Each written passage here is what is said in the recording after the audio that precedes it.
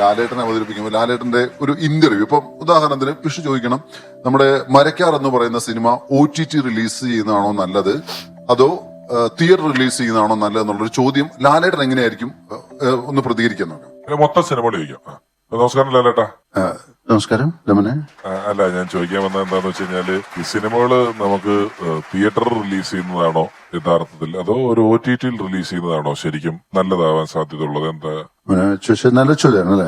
നല്ലൊരു ചോദ്യമാണ്. അപ്പൊ നമുക്ക് പലപ്പോഴും സംഭവിക്കുന്ന കാര്യമാണ്, അപ്പൊ പലപ്പോഴും പറഞ്ഞിട്ടുള്ളൊരു കാര്യമാണ്. അപ്പൊ നമുക്ക് ഇപ്പൊ തിയേറ്റർ ആണോ നല്ലത് അതോ അതല്ലേ അത് നമുക്കിപ്പോ തിയേറ്റർ ചെയ്യുന്നത് വളരെ നല്ല കാര്യമാണ്. ആൾക്കാർക്ക് കാണാൻ സാധിക്കും അല്ലെ? എല്ലാവർക്കും വരാം. അത് നല്ലൊരു കാര്യമാണ്. ഒരുപാട് കാര്യങ്ങളാണ്. OTT നല്ല കാര്യമാണ്. OTT സംഭവിക്കുന്ന നല്ല കാര്യമല്ലേ? ഇപ്പൊ വീട്ടിലിരുന്ന് നമുക്ക് സ്വസ്ഥമായിട്ട് കാണാം. അപ്പൊ ഇത് വളരെ നല്ല കാര്യമാണ്. അപ്പൊ നമുക്ക് പ്രാർത്ഥിക്കാം, നല്ല സിനിമകൾ ഉണ്ടാവുക, നല്ല തിരക്കഥകൾ ഉണ്ടാവുക. ഇതല്ലേ നല്ലത് മോനെ? ഇതല്ലേ അത് ലാലേട്ടനെ സംബന്ധിച്ചിടത്തോളം അദ്ദേഹം ഏതെങ്കിലും ഒരു കാര്യത്തിന് മോശം കാണുന്ന ഒരാളല്ല.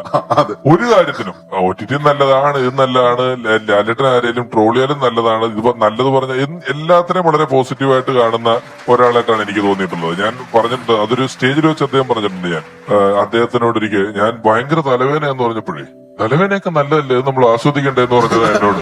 ഭയങ്കര തലവേദന എടുത്തിരിക്കുന്നത് എന്നോട് പറഞ്ഞു. അപ്പൊ ഞാൻ തലവേദനയൊക്കെ നല്ലതല്ലേ, കണ്ട ഇവിടെ എത്രയോ പേരുണ്ട് അവർക്കൊന്നും തലവേദന ഇല്ലല്ലോ, നമുക്ക് മാത്രമല്ലേ തലവേദന വന്നത്, അപ്പൊ അത് ആസ്വദിക്കുക, അല്ലാതെ എന്താ ചെയ്യുന്നതെന്ന് പറഞ്ഞ് അങ്ങനെ ആസ്വദിക്കുന്നതിന്റെ വഴി കണ്ടുപിടിച്ചിട്ടുള്ള ഒരാളാണ്.